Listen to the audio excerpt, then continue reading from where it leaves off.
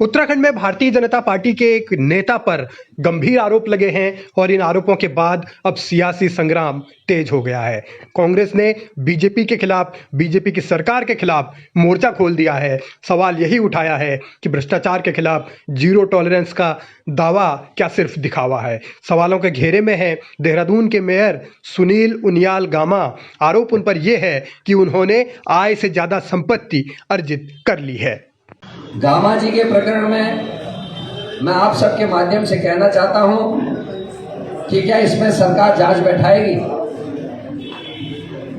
जो भारतीय जनता पार्टी निष्कलंक होने की बात करती है, निष्पाप होने की बात करती है, क्या मेयर की इन संपत्तियों के खिलाफ और आय से अधिक संपत्ति के मामले में जब यादव जेल जा सकता है एक अधिकारी, तो क्या अपने मेयर के खिलाफ भी कार्रवाई करने की हिम्मत भारतीय जनता पार्टी और उनकी सरकार करने का काम करेगी? और ये आने वाला समय बताएगा।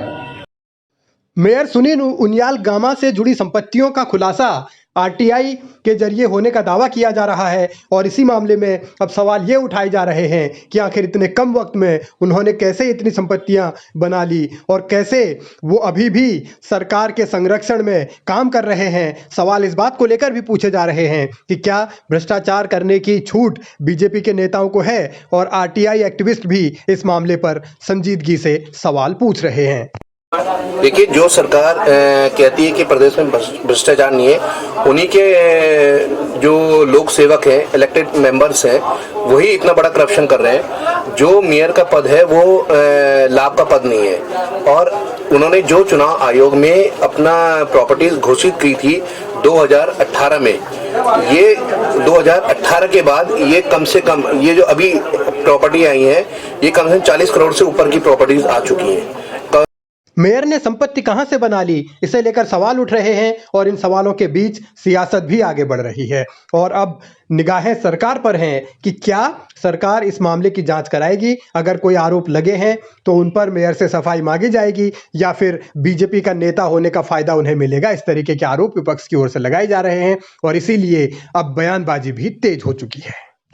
गामा जी ने जो संपत्तियां खरीदी हैं वो छिपी नहीं है, ये आरटीआई से निकाली हुई संपत्तियां हैं जो उन्होंने अपने नाम पे, अपनी पत्नी के नाम पे, अपने पुत्र के नाम पे खरीदी हैं। ये उनको सामने आकर स्पष्ट करना चाहिए आखिर ये आमदनी हुई कहां से, क्योंकि आय से ज्यादा संपत्ति का मामला है।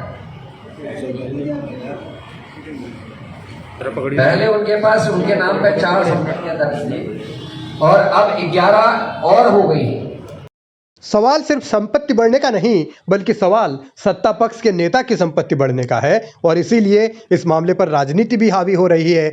और सुनील उनियाल गामा अगर सत्ता पक्ष का नेता रहते हुए ज़्यादा संपत्ति हासिल करते हैं तो फिर इसके पीछे कौन है, कहां से इस तरीके की चीज़ें की गई हैं, इसी को लेकर राजनीति हो रही है। और ये राजनीति आगे कहां तक बढ़ेगी अभी कहा नहीं जा सकता, क्योंकि कांग्रेस पूरी तरीके से आक्रामक मोड में नजर आ रही है। और इस मुद्दे के साथ साथ कांग्रेस ये भी आरोप लगा रहे हैं कि जिन पर भी भ्रष्टाचार के आरोप लगते हैं, बीजेपी उन्हें डराती है, धमकाती है और अपनी पार्टी में ले लेती है। अब सवाल यही है कि इस मामले पर राजनीतिक रण कहां तक चलेगा।